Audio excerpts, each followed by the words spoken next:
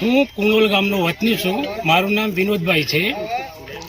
તારીખ 13/3/2025ના રોજ ખેતરમાં આગ લાગી હતી. તે દિવસે બોર્ડવાળાને અરજી આપી હતી. હવે આજની તારીખે મારા જ ખેતરની અંદર ફરીવાર અગ્નિ લાગવાથી 7 થી 8 મણ ઘઉંનું વાવેતર બળી ગયેલ છે.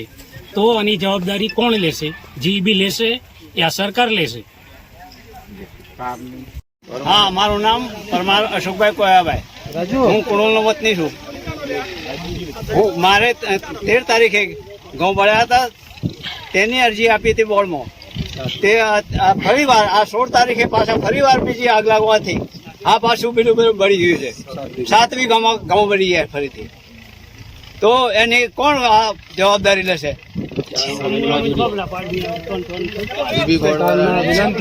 તો સરકારને વિનંતી છે કે અમે કોઈ પણ રીતે અમને વળતર આપો. મારું નામ સુતરિયા હર્ષદ કુમાર. હું કુણોલ ગામનો વતની છું.